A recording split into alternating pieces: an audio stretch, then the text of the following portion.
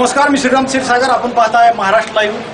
आज लोकसभेचा कट्टा या कार्यक्रमाच्या माध्यमातून आपण तुळजापूर तालुक्यातील आपशिंगा या गावामध्ये आलेलो आहोत.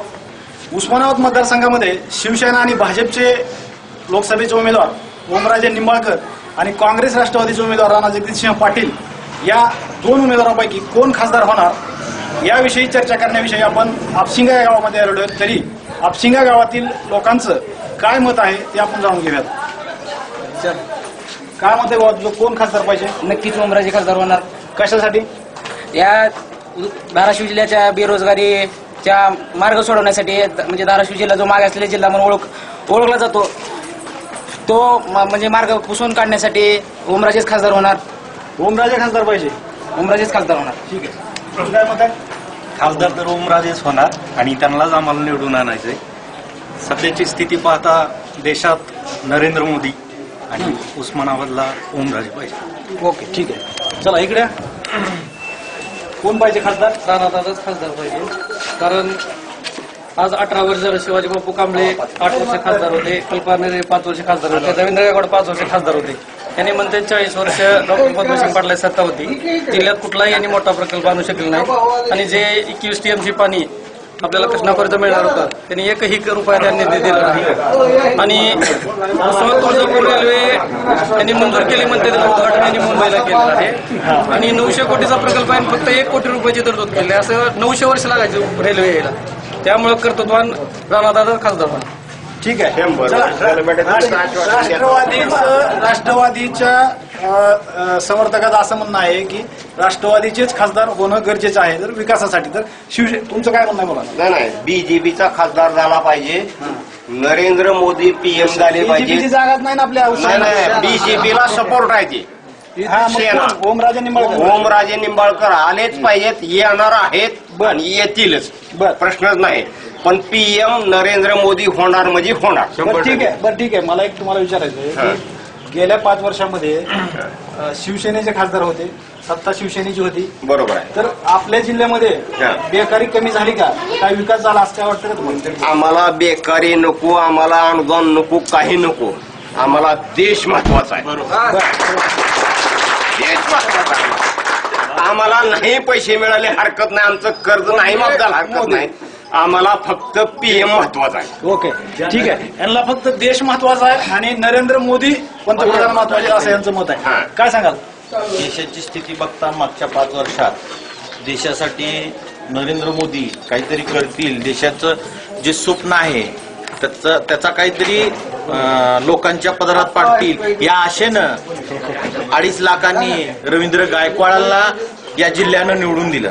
रवींद्र गायकवाडला 2.5 लाखाने निवडून देऊन त्या पक्षानं त्या उमेदवाराला तिकीट दिलं नाही. 2.5 लाखाने निवडून येणारा उमेदवार कॅपेबल नाही. कारण 5 वर्षात आपशिंगा या गावात एक ईट इकडचिकडे केली नाही. भाजप शिवसेना काहीही काम केलेलं नाही. 5 वर्षात कुठलंही काम भाजप शिवसेनेच्या काळात झालेलं नाही. जे रस्ते बघता, सभागृह बघता, हे सगळं काँग्रेस आणि राष्ट्रवादीच्या माध्यमातून झालेलं आहे. जनतेचे जे स्थानिक प्रश्न आहेत त्यासाठी काँग्रेस आणि राष्ट्रवादीचे नेते अहोरात्र असतात. प्रत्येक सुखात दुःखात काँग्रेस आणि राष्ट्रवादीचे नेते असतात. पोलीस स्टेशनचे विषय असू द्या, कुठलेही विषय असू द्या, दवाखान्याचे विषय असू द्या, यात सर्व ठिकाणी काँग्रेसचे नेते, राष्ट्रवादीचे नेते यांच्या माध्यमातूनच जो आज काय विकास झालाय तो झालाय. देशाची परिस्थिती बघता आज एवढं खोटं बोलणारा पंतप्रधान कुठेही बघितला नाही. मीडियात तुम्ही बघा, गेल्या वेळेस भाषण केलंय, आता भाषण केलंय, ह्याच्यात एवढं खोटं बोललाय की हा पंतप्रधान, एवढं खोटं बोलणारा पंतप्रधान आजपर्यंत कोण झाला नाही. आणि ज्या काही घोषणा केल्या त्या 2 लाख रोजगार त्यांना ते झालं नाही. या महत्वाची म्हणजे नोटबंदीमुळे पूर्ण कंबरड मोडलंय. देशाची जी आर्थिक स्थिती आहे, पुढच्या 5 वर्षात जर हे सरकार आलं तर मी म्हणतो की आत्महत्याचं प्रमाण जे आहे ते दुपटीनं वाढेल, अशी परिस्थिती या जिल्ह्याची आहे. त्यामुळे या जिल्ह्याचा सर्जनशील जो नम्र आहे तो असा खासदार म्हणजे राणा जगजितसिंह पाटील आहे. तो आपल्या जिल्ह्याचं नेतृत्व करायला दिल्लीत जावा ही आमची मनोमन इच्छा आहे. आणि राणादादा 60 ते 70 हजार मतांनी आजच मी सांगतो निवडून आले. ठीक आहे. राणादादा निवडून येतील असं काय म्हणणार? हे आरोप साफ चुकीचे आहेत. कसं सांगा? कारण देशाचं संरक्षण करायचं असेल तर फक्त नरेंद्र मोदीच लागते. कारण आत्ताचं एअर स्ट्राईक बघितलं तुम्ही तर 13व्या दिवशी पाकिस्तानला उत्तर देणारा एकच पंतप्रधान असा आहे. त्यामुळं येणारा इथला खासदार ओमराजे प्रकाश निंबाळकर. ओमराजे निंबाळकर. ठीक, काय म्हणणं आपलं? ओमराजे निंबाळकर मतदान लोकांनी केलं पाहिजे आणि त्याचं मतदान पुन्हा मोदीला जाणार आहे. मोदी पंतप्रधान झाल्यामुळे देशाची स्थिती व्यवस्थित राहणार आहे. आणि लोक जे म्हणतात का नाही की बाबा ही 15 लाख 15 लाख नोटबंदी म्हणतात. नोटबंदी त्याचा परिणाम कुणावर झालाय? मोठ्या लोकांवर झालाय. त्यांनी पैसा जळवून टाकला. ती पैसे जर मोदीकडे आले असतील तर लोकांच्या खात्यावर पैसे आले असतील. बरं मला काय म्हणायचे, जिल्ह्यातली जी बेकारी आहे ती बेकारी कमी करण्यासाठी कोण खासदार व्हावा असं मला वाटतं? ओमराजेच्या माध्यमातून जिल्ह्यातली बेकारी कमी होईल. 100% ठीक आहे. ह्यांचं मत आहे की त्यांनी काहीच केलं नाही. कुणी काय मोदीनं काहीच केलं नाही. मग एवढे मोदीला घाबरतात का?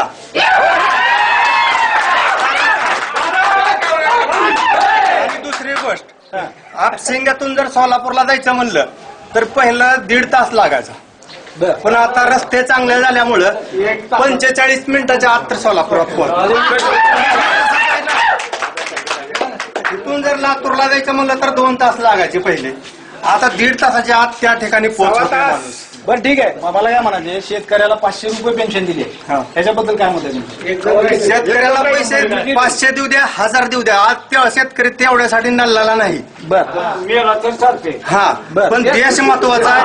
देशाची सुरक्षा महत्वाची आहे आणि आपली इमेज त्यांनी वाटण्याचं काम केलेलं आहे. ह्याच्यात आता आम्हाला सुख आहे, समाधान जाणारच आहे वरची. ठीक आहे.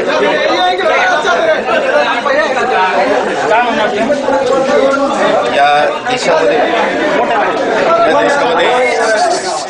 गेली 70 वर्ष काँग्रेस राष्ट्रवादी युतीचं सरकार होतं. या सरकार गेली 70 वर्षे राष्ट्रवादी काँग्रेस युतीचं सरकार होतं. त्या काळामध्ये या देशाचा जो 70% गाव आहे किंवा या देशाची आर्थिक स्थिती आहे ती शेतकऱ्यावरती अवलंबून आहे. पण शेतकरी जगला तर 100% ते जगणार आहे, गोरगरीब जगणार आहे.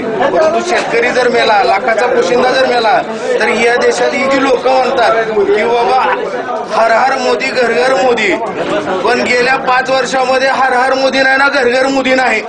कारण या देशातला लाखाचा पोशिंदा शेतकरी वर्ग जो आहे तो शेतकरी वर्ग पूर्णतः कोलॅप्स झालेला आहे. दुसरा मुद्दा, जो नोकरी देण्याचं आमिष दाखवलं होतं, देशामध्ये जी बेकारी आहे ही कमी करण्याची जी आश्वासनं दिली होती ती सध्या किंवा मोदी सरकारच्या काळात पाळलेलं नाही. त्यानंतर लोकांनी काय केलं की बाबा काहीतरी परिवर्तन होईल म्हणून गेल्या पंचवार्षिकला रवी सरांना निवडून दिलं होतं जनतेनं की मोदी साहेबांनी जी सांगितलं की बाबा बेकारी कमी करू, उस्मानाबादला आपण रेल्वे आणू, तो नोटाबंदीच्या काळामध्ये जे काय या लोकांनी जी काळाधन जमा केलेला आहे ते आम्ही कुठंतरी तुमच्या पदरात आणून देऊ, परंतु अद्यापर्यंत काळाधनाचा जो विषय होता मोदीने जर आणलाच नाही. 10 रुपये सध्या त्याला कुठं सापडलेलं नाही. निश्चय म्हणतोय की आम्ही काळाधन गेलं कुठं ही तरी दाखव, कमीत कमी दाखव तरी. लोकांना जी म्हणतो 10 रुपये कुठं करप्ट केलेत का युतीच्या काळात या काँग्रेस राष्ट्रवादीच्या लोकांनी? जर तुम्ही हे खोटं जर ब्लेम लावून जर या लोकांना बदनाम करण्याचा प्रयत्न करीत असाल तर ही जनता 100% या पंचवार्षिकला धडा शिकवल्याशिवाय राहणार नाही. म्हणून बरं मला काय म्हणायचे, राहुल गांधीनं 72,000 रुपये वर्षाला देण्याचं ठरवलेलं आहे. हो. याबद्दल काय मत आहे? याबद्दल कसं आहे, राहुल गांधीचं जो काँग्रेस आणि राष्ट्रवादी युतीचा जो सरकार आहे किंवा जो पक्ष आहे तो सतत गोरगरिबांच्या पाठीशी राहणारं सरकार आहे. काहीतरी त्यांच्या या जनतेला कशा पद्धतीनं आपण व बेरोजगारी कमी केली पाहिजे या उद्देशानं प्रयोजन करून लोकांना 100% की वर्षाला जे पैसे देऊ केलेत ते देऊ शकतील असं आम्हाला वाटतंय. कोण वाटतं खासदार? या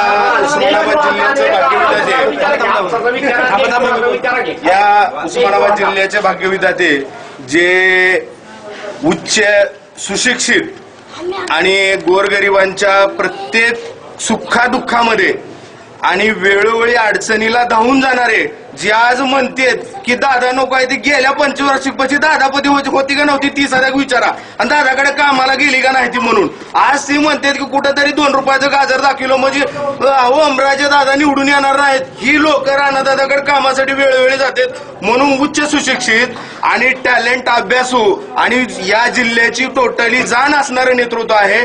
जिल्ह्यामध्ये गोरगरिबांच्या ज्या अडचणी आहेत, जो बाबा शेतकऱ्यांचा ह्याचा प्रश्न असेल, सोयाबीनच्या अनुदानाचा प्रश्न असेल, हे मिटवण्यासाठी दादानं गेली 1 महिना उस्मानाबाद जिल्हा कलेक्टर ऑफिसच्या समोर या काँग्रेस आणि राष्ट्रवादीच्या लोकांनी विमा मिळावा म्हणून प्रयत्न केले. या जिल्ह्यामध्ये शिवसेनेचे जे पालकमंत्री होते यांना या उस्मानाबाद जिल्ह्यामध्ये येण्यासाठी घेराव घालण्याचा प्रयत्न केला. परंतु या बीजेपीचे लोक काय म्हणतात की राणादादाचं हेच काम आहे. अरे जर तुम्हाला कर्तृत्व माहित नसेल, तुम्हाला जिल्ह्यामध्ये काय चाललंय हे जर माहित नसेल, गोरगरिबाची जाण नसेल, तर जे उठावर बसून शेळ्या राखण्यात अर्थ नाही. त्याच्यामध्ये ग्राउंड झिरोला येऊन काम केलं पाहिजे. जनतेचे जे प्रश्न आहेत ते तुम्ही 100% जाणून घेतले पाहिजे. त्यावेळेसच तुम्हाला कळणार आहे. खुर्चीवर आम्हाला बी बुंदू बाबाला नेऊन बसवलं तर काय देश सुधारणार नाही. आज तुम्ही कुठे कुठे तिकीट देताय, बाबाला दिलंय एमपी मध्ये, महाराजाला तुम्ही 100%. 60 वर्षात जेवढा विमा भेटला नाही तेवढा या 5 वर्षात मोदी सरकारनं विमा दिला आहे. तर शेतकऱ्याला तसं 1 मिनिट मी काय म्हणतोय, 72,000 द्यायचे यांनी घोषणापत्रात मान्य केले. ठीक आहे, तेच घोषणापत्र थोडं पुढे जाऊन वाचा. त्यामध्ये काय सांगितलंय, देशद्रोहाचा गुन्हा कायदा बंद करण्यात येईल. म्हणजे एवढी यांची आपसा सैनिकांचं शस्त्र तुम्ही हातातून घेता म्हणजे हे कसलं तुमचं देश. जिल्ह्याच्या विकासासाठी काय काय मत आहे? जिल्ह्याचा विकास ओमराजे करणार म्हणजे करणार. आम्हाला देश महत्वाचा आहे आणि त्याच्यासाठी ओमराजाचा हात वर पाहिजे आम्हाला. एक मिनिट सर, हे देशातली जनता जर राहिली तर 100% तुम्हाला देश महत्वाचा आहे. तर ही जातीवादी पक्ष आहे, गोरगरीब जनतेचा विचार करणारा पक्ष नाही. ह्याला जातीवाद निर्माण करून या देशामध्ये अजून एकदा भारत देशाची पाहणी करायची, ही यांचं सध्याला षडयंत्र दिसतंय. म्हणून 100% मी म्हणतो की लोकांनी याचा विचार करावा. बरं ठीक आहे, जातीवादी पक्ष मान्य आहे हे म्हणतात ना, त्यांच्या हिशोबाने मान्य आहे. थांबा, ठीक आहे, थांबा, ठीक आहे, हे म्हणतात ना मान्य. काल सभा झाली आपसिंगा गाव, सगळ्यात जास्त जातीवर जर बोलले असेल काँग्रेस राष्ट्रवादी, विचारा गावातल्या लोकांना. ठीक आहे, तुमचं काय म्हणणं आहे? काय इकडे बघा, जातीवादी हा पक्ष नाही, सबका साथ सबका विकास हे महत्वाचं आहे. ठीक आहे, आम्हाला तेवढंच पाहिजे. धाराशिव जिल्ह्याला पहिल्यापासून घरांची लागली लोकशाही आहे असं वाटतच नाही. कारण राष्ट्रवादी काँग्रेसची सगळे पद एकाच घरात आहेत. जिल्हा अध्यक्ष एकाच घरात, आमदारकी एकाच घरात, खासदारकी एकाच घरात, जिल्हा उपाध्यक्ष एकाच घरात. ही घराणीशाही एक लोकशाही आहे. घराणीशाहीनं या धाराशिवला पूर्ण पिळवून टाकलेला आहे. त्यामुळे ओमराजे एक युवा नेतृत्व, एक निर्व्यसनी माणूस, एक कणखर माणूस आपल्या धाराशिव जिल्ह्याला लाभलेला आहे. कारण आम्ही नक्की खासदार म्हणून निवडून आणून लोकसभेत नक्की पाठवतो. ठीक आहे, काय म्हणणं आहे तुमचं? नाही अनुदान दिलेलं मला कसं खर्चावर जायलाची नाही. पैसे पण मला अनुदान जास्त मिळाले म्हणजे हे सांगा की अनुदान तुम्हाला जास्त मिळाले का? मला खोट्याचा लय चिडा बरं का. बरं, हा खरं बोला. 30 खरावं लागतं बोलूच नाही. मग कोण खोटं बोलताय? आता तपास खोटा बोलत नाही काय खरं बोलतो. काय काय खोटं बोलताय? काय खोटं कुठं 15 लाख गेलं? 15 लाख तुमच्याकडे पासून काढून देऊ का? बर पंतप्रधान खोटं बोलते. हा, जे बात खोटं बोलते. त्याला बायकून आहे लेखन आहे, ती काय करू शकतो जगात? वाजेला काय येईल पुसांग. ठीक आहे, काय शेतकऱ्याचे प्रश्न सुटलेले आहेत. शेतकऱ्याच्या नावाने अनुदान आलेलं आहे. आता पीक विमा काय आपलं ते दुष्काळी अनुदान आलेलं आहे. त्या विम्याचं बोलते का नाही, माझ्या गेल्या 6-7 वर्षापूर्वी माझ्या नावावर 16 रुपये आणि आमच्या बायकोच्या नावावर 49 रुपये ही विमा वाटलं त्या लोकांनी. आता 30-40 हजार लोकांना विमा दिलेला आहे ह्या सरकारनं, भाजप सरकारनं दिलेला आहे. आणि योग्य सरकार नाही. आणि ह्याला भाव, कांद्याला भाव गेल्या वर्षी बी ह्या सरकारने तितका, शरद पवार गेल्या वर्षी तितके भाव आमच्या सरकारने इतका भाव देतात. पण गेल्या वर्षी बी ह्या सरकारने तितका भाव दिला की 50 रुपये 55 रुपये भाव आलाच. सोयाबीनला भाव दिलाय, तुरीला भाव दिला, प्रत्येक मालाला इथं भाव बांधून दिले. एकंदरीत भाजपचं सरकार हे शेतकऱ्यासाठी चांगलं असं चांगलं आहे. हो चांगलं. काही कडे बघा, ज्यावेळेस इथं कांदा आपशिंग्यात जास्त उत्पादन होतो, 200 पोती आवक जात होती, त्यावेळेस जर 400 पोती जात असेल, सरकार देणार कुठला भाव? म्हणजे कांद्याला जी भाव नव्हता या सरकारचा काय संबंध? काय संबंध नाही. 200 पोती आवक होती बेंगलोरला, 600 पोती आवक चालली, भाव देणार कुठला? गेल्या वर्षी गेल्या वर्षी भाव दिलाच की. एक मिनिट काय म्हणणं काका बोला. मी माझी सैनिक होतो, इकडे बोला, कॅमेऱ्याकडे बोला. 15 वर्ष सर्व्हिस केली. दिल्ली हायकोर्टात आमचं 1 रँक 1 पेन्शन फाईल दुर्वा खात पडली. त्याचा निर्णय कुणीच लावला नाही. मोदी सरकारनं आल्याबरोबर त्यांनी काय सांगितलं, 1 रँक 1 पेन्शन मै दे के सोडून, आणि त्यानं ताबडतोब 1 महिन्यात अजून खुर्चीवर बसलं नाही तोपर्यंत सगळे कागदपत्र पुरवठा मागून घेतला आणि खात्यावर लगेच टाकायला चालू केलं. मिळाले सगळे पैसे. म्हणजे तुम्ही या भाजप सरकारवर समाधानी आहात? हेच म्हणणं. काय म्हणणं आहे? उजनीचं पाणी जर आपल्या गावाला तुळजापूरला जर आणायचं असेल तर राणा दादा सारखा माणूस कोणी नाही, आणि उस्मानाबाद शहराला उजनीचं पाणी मिळवून द्यायचं काम हे राणा दादा जगदीश पाटलांनीच केलंय. आणि आपल्याला शेतकऱ्याला जर जन्माची भाकरच पाहिजे असेल आणि हे दुष्काळ जर कायमचा घालवायचा असेल तर राणा जगदीश पाटलाशिवाय गेलाच नाही, आणि हाच उमेदवार निवडून द्यायचं खासदार म्हणून आपल्याला दिल्लीच्या सरकारमध्ये. म्हणजे राणा जगदीश पाटील. ठीक आहे काका, काय म्हणणं तुमचं? या पुढे या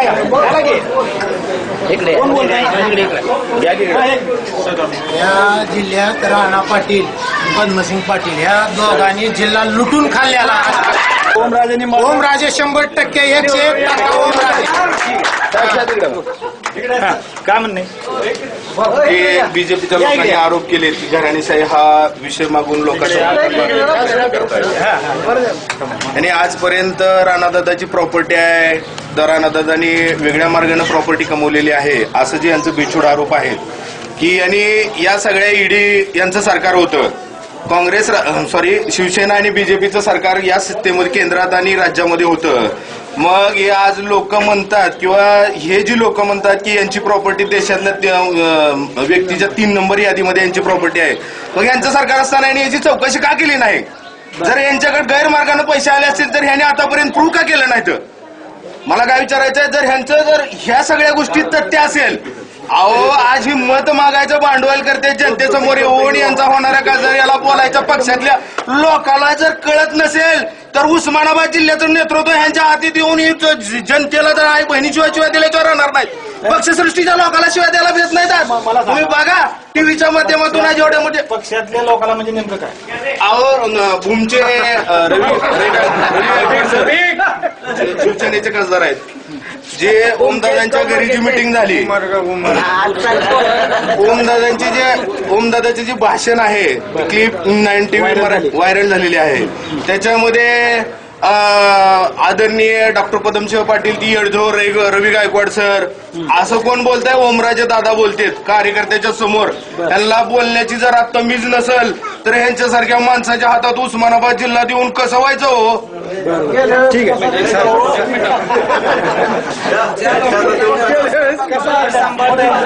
ज्या लोकांना घरातला स्वयंपाकवाला नीट सांभाळता येत नाही ते जिल्हा काय नीट सांभाळणार? चमच्याने मारले. त्या उजनीचं पाणी ह्या ठिकाणी येईल म्हणून जवळजवळ 4 इलेक्शन लढली त्या पाण्यावर, आणि काहीतरी विकास होईल, पाणी येईल म्हणून त्या आशेपोटी जवळजवळ 4 वेळेस ह्यांना निवडून दिलं. पण पाणी काय आलं? काँग्रेस आणि राष्ट्रवादी काँग्रेस. आणि हे हमेशा सांगतात की आमच्याशिवाय कोण पाणी आणू शकत नाही, पण अजून त्यांनाच आणणं झालं नाही.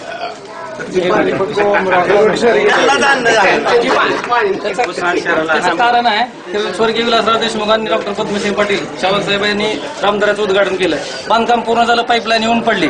ज्यावेळेस 2014ला मोदी सरकार आणि फडणवीस सरकार आलं, 1 रुपयाचा सुद्धा निधी त्यांनी दिलेला नाही. ह्याचं कारण आहे म्हणून आम्ही म्हणतो. आणि शिवसेनेत जी माणसं आज जिल्हा प्रमुख राष्ट्रवादीचा, ओमराजे निंबाळकर पहिला काँग्रेसचा, ती दोन्ही माणसं राष्ट्रवादीतून आलेली माणसं आहे ती, तरी म्हणते तुम्ही 17 तुम्ही काय करता? कसं आहे, राणादादांनी आज 14 एप्रिल 2018 आपशिंग्यात वारंवादन झालं.